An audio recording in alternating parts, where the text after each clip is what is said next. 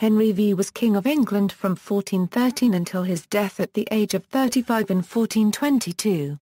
He was the second English monarch who came from the House of Lancaster.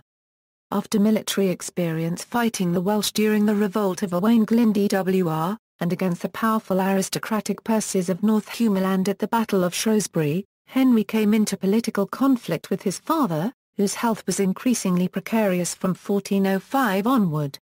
After his father's death in 1413, Henry assumed control of the country and embarked on war with France in the ongoing 100 Years' War between the two nations.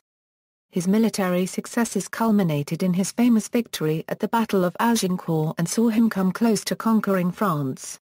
After months of negotiation with Charles VI of France, the Treaty of Troyes recognized Henry V as regent and heir-apparent to the French throne, and he was subsequently married to Charles's daughter, Catherine of Valois. Following Henry V's sudden and unexpected death in France 2 years later, he was succeeded by his infant son, who reigned as Henry VI.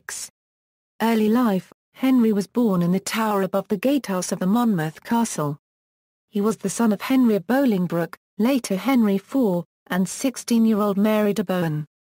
He was also the grandson of the influential John of Gaunt and great-grandson of Edward III of England. At the time of his birth, Richard II, his cousin once removed, was king. As he was not close to the line of succession to the throne, Henry's date of birth was not officially documented.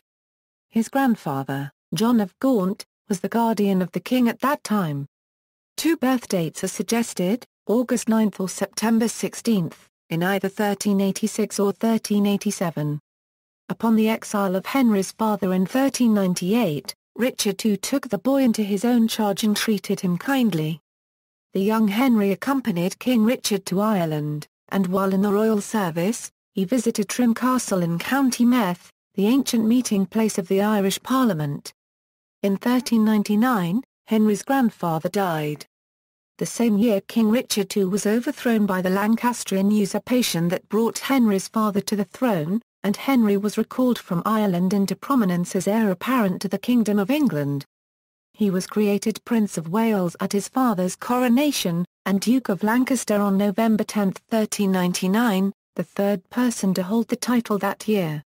His other titles were Duke of Cornwall, Earl of Chester, and Duke of Aquitaine. A contemporary record notes that during that year Henry spent time at the Queen's College, Oxford, under the care of his uncle Henry Beaufort, the Chancellor of the University.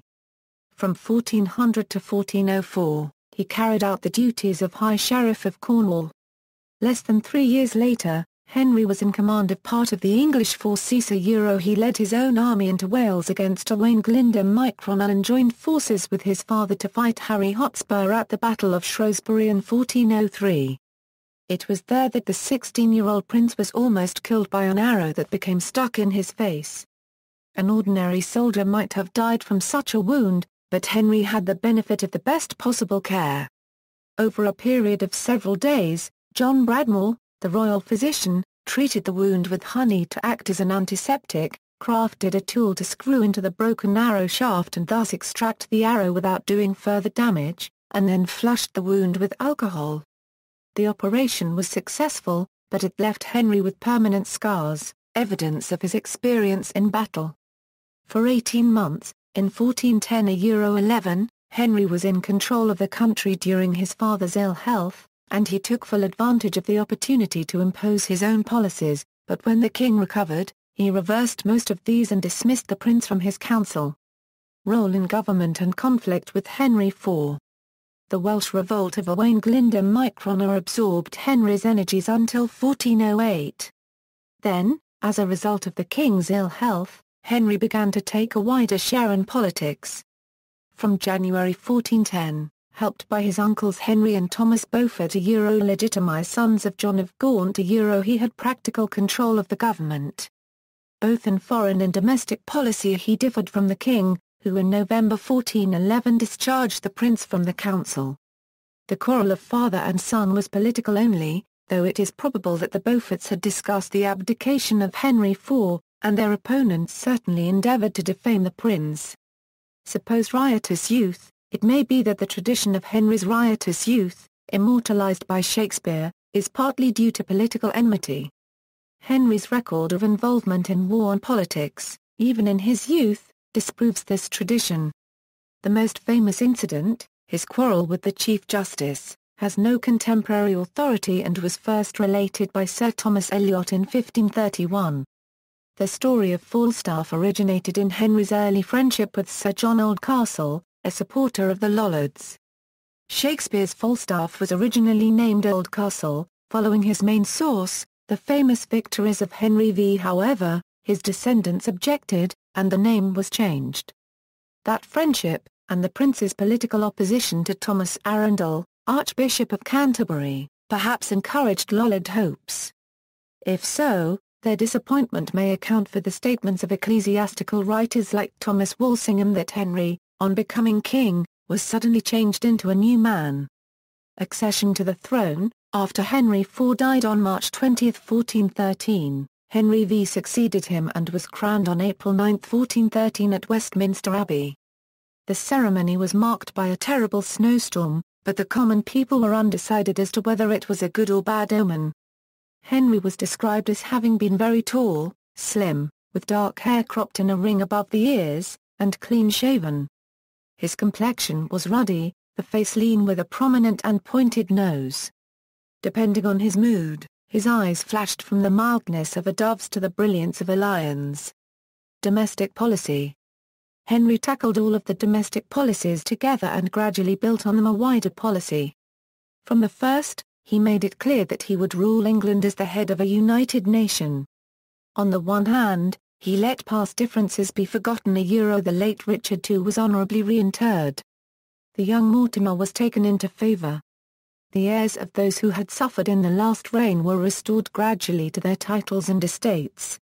On the other hand, where Henry saw a grave domestic danger, he acted firmly and ruthlessly. Such as the Lollard discontent in January 1414, including the execution by burning of Henry's old friend Sir John Oldcastle, so as to nip the movement in the bud, and make his own position as ruler secure.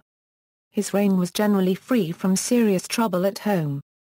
The exception was the Southampton plot in favour of Mortimer, involving Henry Scrope, 3rd Baron Scrope of Masham and Richard, Earl of Cambridge, in July 1415.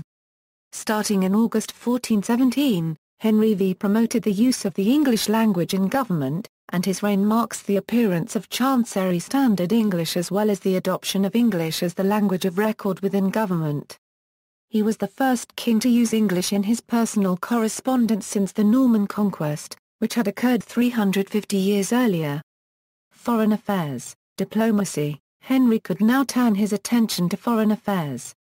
A writer of the next generation was the first to allege that Henry was encouraged by ecclesiastical statesmen to enter into the French war as a means of diverting attention from home troubles. This story seems to have no foundation. Old commercial disputes and to support the French had lent to Owain Glyn Dwr were used as an excuse for war, while the disordered state of France afforded no security for peace. The French king, Charles VI, was prone to mental illness. At times he thought he was made of glass, and his eldest son was an unpromising prospect. However, it was the old dynastic claim to the throne of France, first pursued by Edward III, that justified war with France in English opinion. Following Agincourt, Hungarian King Sigismund made a visit to Henry in hopes of making peace between England and France. His goal was to persuade Henry to modify his demands against the French. Henry lavishly entertained the emperor and even had him enrolled in the Order of the Garter.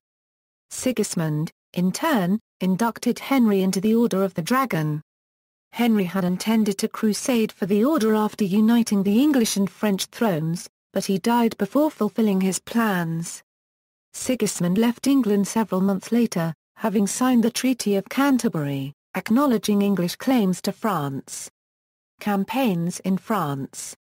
Henry may have regarded the assertion of his own claims as part of his royal duty, but in any case, a permanent settlement of the national debate was essential to the success of his foreign policy.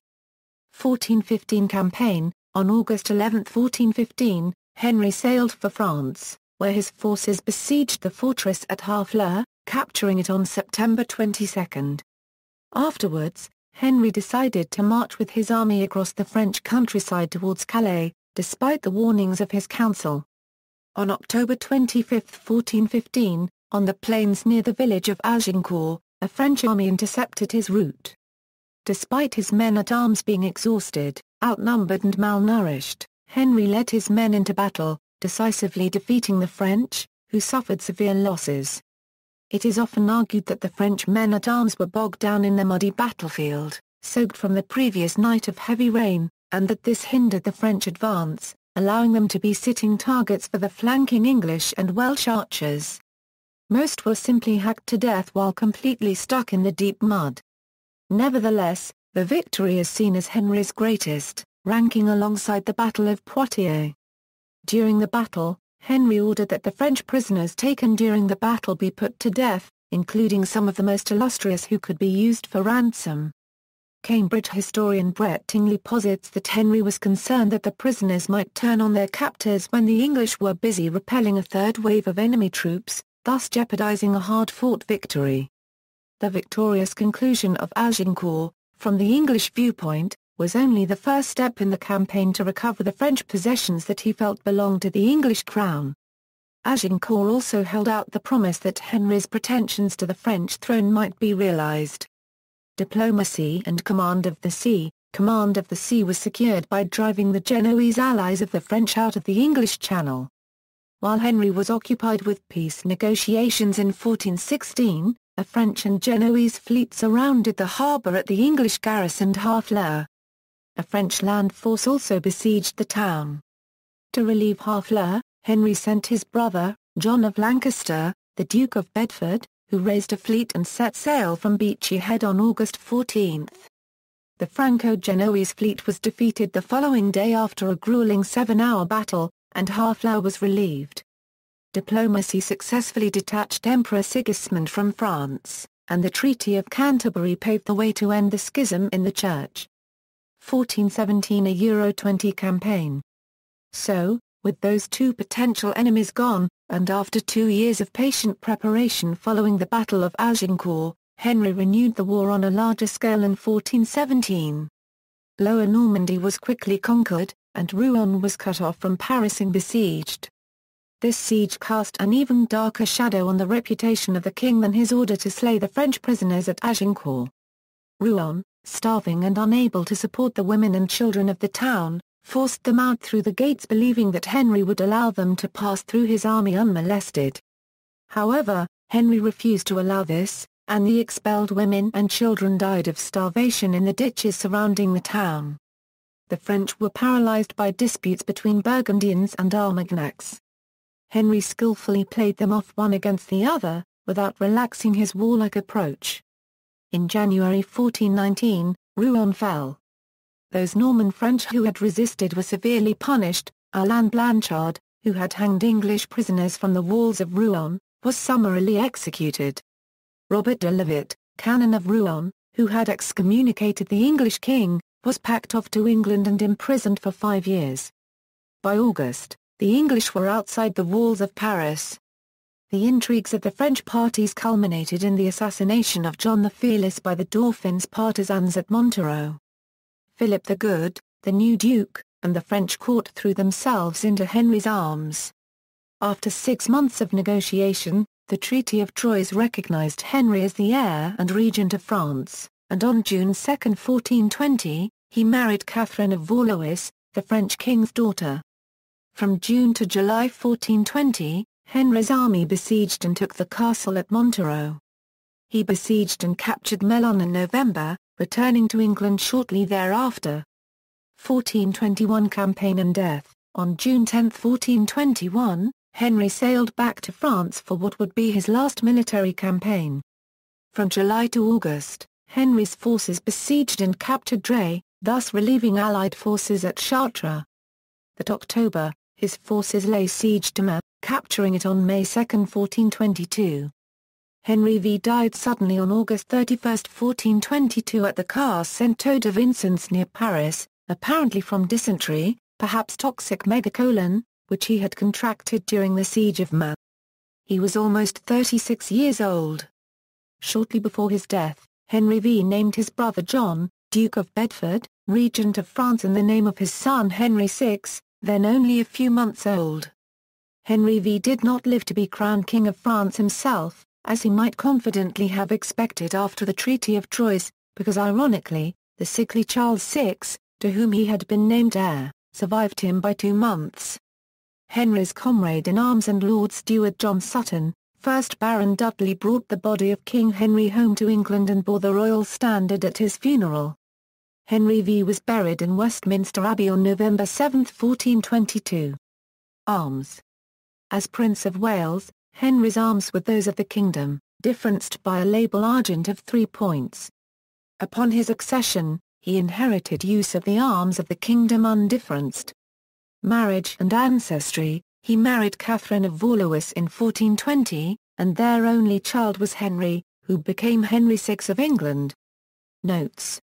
See also, references. This article incorporates text from a publication now in the public domain, Chisholm, Hugh, ed. Encyclopædia Britannica. Cambridge University Press. Barker, Juliet, Agincourt, Henry V and the Battle That Made England, London. Earl, P., The Life and Times of Henry V, London. Fisher, John H., The Emergence of Standard English, Lexington, Kentucky, USA, The University Press of Kentucky, ISBN A978-0-8131-0852-0A. Harris, Gerald Leslie, ed., Henry V. The Practice of Kingship, Oxford. Hutchinson, H. F., Henry V. A Biography, London. Mortimer, Ian, 1415, Henry V.'s Year of Glory, London, Bodley Header. External links: Henry V, UK, British Monarchia. Fernandez Armesto, Felipe, The Myth of Henry V, UK, BBC. Tyler, J. Endel, Henry of Monmouth, Memoirs of Henry V, Project Gutenberger. Henry V, Plantagenets, UK, English monarchs. Works by or about Henry V of England in libraries, BBC Radio 4 Great Lives on Henry V, listen online, http www.bbc.co.uk BOOP 62 v6.